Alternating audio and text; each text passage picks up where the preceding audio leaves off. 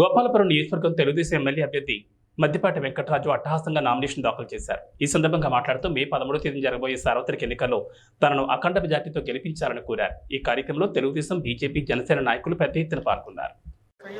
సమన్వయంతో ముందుకు రావడం ఇక మాకు గెలుపు మీద కాదు, మేము మెజారిటీల మీదే మేము లెక్కలు కట్టుకుంటున్నాం. ఖచ్చితంగా ఈ ఆంధ్రప్రదేశ్ రాష్ట్రంలో 175 నియోజకవర్గాల్లో ఒక బలమైన నియోజకవర్గంగా ఎన్డీఏ ప్రభుత్వానికి, అదేవిధంగా ఒక భారీ మెజార్టీ ఇచ్చే నియోజకవర్గంగా గోపాలపురం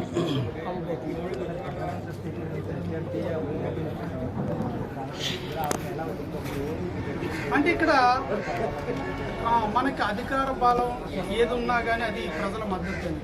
ప్రజల మద్దతు ఉన్నప్పుడు చీపురుపులు కూడా ఏదిగంత బలాన్ని కూడగట్టుకోవచ్చు. ప్రజల మద్దతు లేనప్పుడు అందరూ కూడా నేల కొరగాల్సింది. ఈరోజు అదే పరిస్థితి జగన్మోహన్ రెడ్డి గారికి కానీ ఆయన యొక్క మంత్రులకు కానీ స్పష్టంగా కనిపిస్తుంది వ్యతిరేకత. గతంలో అక్కడ వ్యతిరేకత ఉండబట్టి ఇక్కడ దాకా వచ్చారు. కొవ్వూరులో వ్యతిరేకత దృష్ట్యా వెళ్ళలేదు కాబట్టి ఇక్కడికి వచ్చారు. బట్ ఇక్కడ బలంగా తెలుగుదేశం పార్టీ, జనసేన శ్రేణులు, బీజేపీ అత్యంత బలంగా ఉంది. అందరం ఏకతాటి మీదకి వచ్చారు. మా గెలుపుని ఎవరు ఆపలేరు. మెజార్టీల మీదే మా దృష్టి.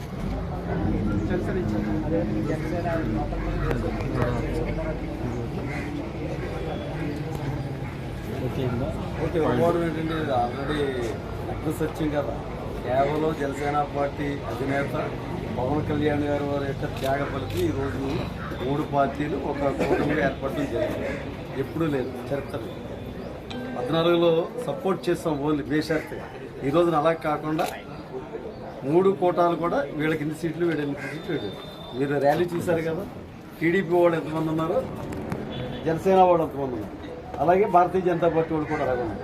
అలాగే రేపు ఎలక్షన్ వరకు కూడా అందరూ కూడా సమన్వయంగా వెళ్ళి జగన్మోహన్ రెడ్డి గవర్నమెంట్ని గద్దె దించింది. అందులో అనుమానం లేదు. లేకపోతే ఎవరికి లేదు, మీకు ఉండదు భవిష్యత్తు. చూశారు కదా నిజాం సభలో, సిద్ధం సభలో ఏ విధంగా విలేకరులను కొట్టడం చేయడం చూశారు కదా. ఇదే కాదు, ప్రతి విషయం కూడా రాక్షస పరిపాలన 5 సంవత్సరాలు.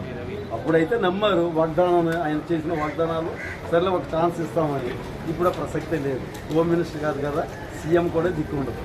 అందరం ఓడిపోతారు. రాసుకోండి కావాలి.